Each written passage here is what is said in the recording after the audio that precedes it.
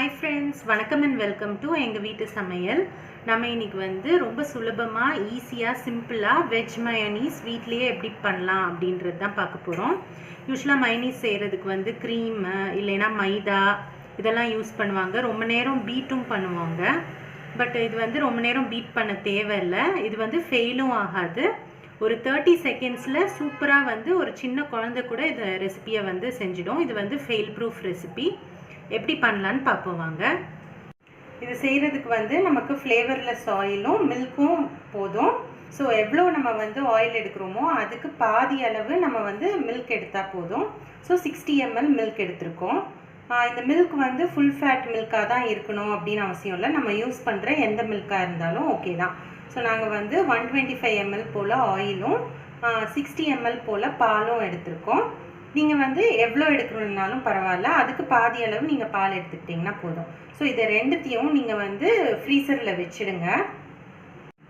இப்போ வந்து எண்ணெயையும் பாலையும் நாங்கள் வந்து ஃப்ரீஸ் பண்ணதுலேருந்து எடுத்துட்டோம். நாங்கள் வந்து ஒரு 1 hour போல் வந்து ஃப்ரீஸ் பண்ணியிருந்தோம். இப்போ எடுத்துட்டோம். இப்போ இதை வந்து நம்ம மிக்சியில் போட்டுக்கலாம். ஃபஸ்ட்டு ஆயில் ஆட் பண்ணுறோம். ஆயில் வந்து நாங்கள் வந்து கோல்ட் வின்னர் ஆயில் யூஸ் பண்ணியிருக்கோம். இது பாருங்கள் எவ்வளோ விஸ்கஸாக தெரியுது இப்போ நம்ம ஃப்ரீஸ் பண்ணோன்னே. நெக்ஸ்ட்டு வந்து நம்ம மில்க்கும் ஆட் பண்ணிக்கலாம். இது அப்புறம் 1/2 ஸ்பூன் போல் லெமன் ஜூஸ் வந்து ஆட் பண்ணுறோம். ஸோ இது வந்து 125 ml ஆயிலுக்கு நம்ம வந்து 1/2 டீஸ்பூன் லெமன் ஜூஸ்.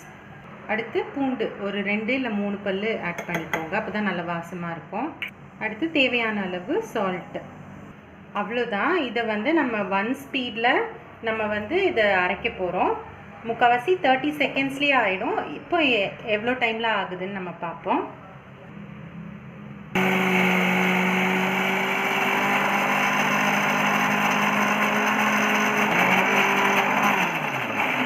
இப்போ வந்து நம்ம 30 செகண்ட்ஸ் தான் அடிச்சிருக்கோம். ஸோ நம்ம வந்து திறந்து பார்ப்போம்.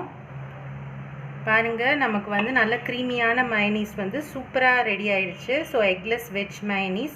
இதுக்கு வந்து நமக்கு க்ரீம் தேவையில்லை, மைதா தேவையில்லை, சூப்பராக இருக்கும்.